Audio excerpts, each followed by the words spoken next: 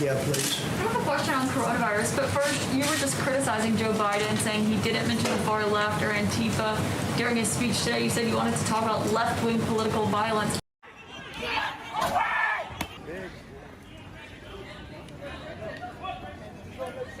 Get him out of the street. Step back. You said you wanted to talk about left-wing political violence. Let me show you his mugshot here. So this is a man who is considered a Antifa leader, a commander, and he was arrested in Kenosha. He's not from Kenosha, and he had a weapon, a flamethrower. He had a weapon, flamethrower, but then he had, according to the New York Post report, he was already out because he had out on bond or out on bail because he had a weapon. He wasn't supposed to have another weapon. They arrested him again, but then they let him go on $2,500 bond. You gotta be kidding me. You said you wanted to talk about left-wing political violence.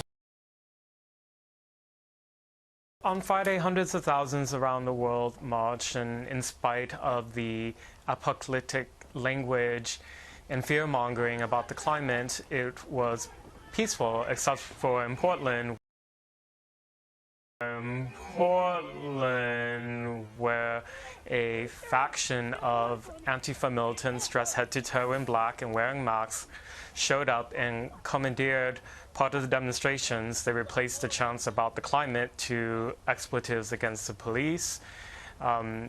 There were several arrests throughout the day. One of the violent suspects who was arrested, who has a big Antifa tattoo on his neck, was found to be carrying a cache of weapons, including a dagger, a switchblade, a hammer, and brass knuckles. As if that wasn't bad enough, once the climate strike was over, these group of masked militants descended on the local ICE facility, the same facility that was under a 5-week siege last year, and began to throw projectiles like rocks at the federal officers who were protecting the facility.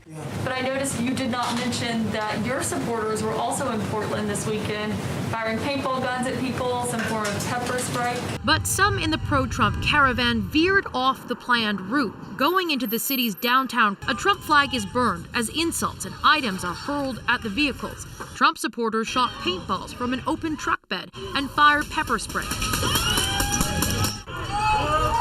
where startling confrontations with counter-protesters unfolded. So do you want to also take this chance to condemn what your supporters did? Well, I understand they had large numbers of people that were supporters, but that was a peaceful protest. The plan was for thousands of the president's supporters to drive their decorated vehicles around Portland. We just want another 4 years of him doing great things for America. And paint is not, and paint is a defensive mechanism. Paint is not bullets.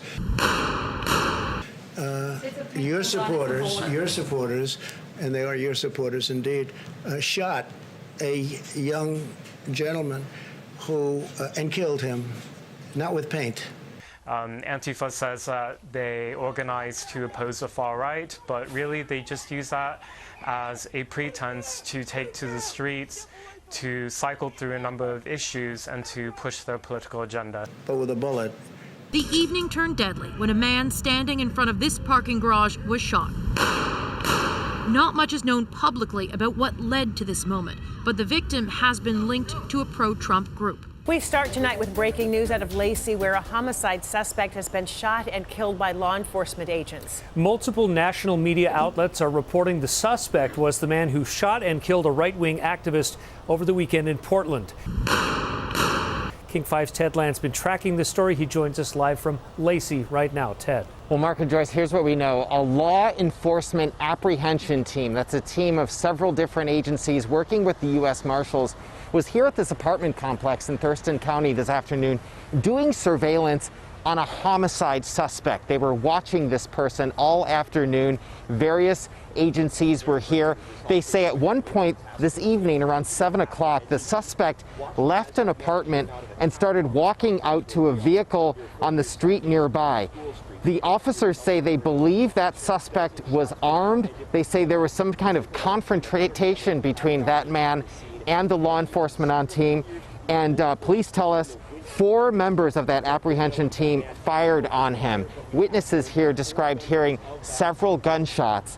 Now, this is important. National media, citing several sources on their level, are saying that the suspect who was shot and killed here was Michael Reinell. That's the man who was reportedly being investigated in the shooting death of a Trump supporter during a protest in Portland. They say he was the person who was killed here on scene. That shooting in Portland happened Saturday night as two groups of protesters clashed. And I think it's disgraceful. These people, they protested peacefully. They went in very peacefully. And I'll tell you what they're protesting. They're protesting when they turn on television or read whatever they may be reading, and they see a city like Chicago where 78 people were shot and 13 died, or a city like New York where the crime rate has gone through the roof, or a city like Portland where the entire city is ablaze all the time, and a mayor says we don't want any help from the federal government. The president used social media to post dozens of messages denouncing the unrest while demanding local leaders call in the National Guard. They continue to refuse any type of federal assistance to bring that violent activity going on for almost 90 days now, a little over 90 days, to a close. We are now joined by Acting Homeland Security Secretary Chad Wolf. I wanted to ask you about the National Guard impact on these flare-ups, these protests, the riots, the looting. When you bring in the National Guard, tell me how you see the significant difference that makes. Well, we saw it in Kenosha very specifically. We brought in about 1,000 National Guard as well as about 200 DOJ civil law enforcement officers. Those are folks from the U.S. Marshals, ATF, as well as the FBI. And so, again, not only those two groups, but working with the state and local law enforcement there in Kenosha were able to address the violent activity that we saw there for 3 or 4 nights. So, again, the National Guard, they know how to do this. They know the crowd control techniques. They know their city, their state, and to be able to operate there. So we've seen it work in a number of cases. You saw it in Minneapolis as well. So, again, we encourage any other city or state that's having violent activity, some of these violent rioting that we see across our screens every day. If it outpaces your resources, call the federal government. We'll provide some resources, and we'll get you the resources that you need. When these people turn that on and they see that, they say, this is not our country. Protest-weary residents say they're growing tired of conflict. At the end of the day, there was no resolve and no mediation, and here we are, and now there's a dead body on the ground. This is not our country.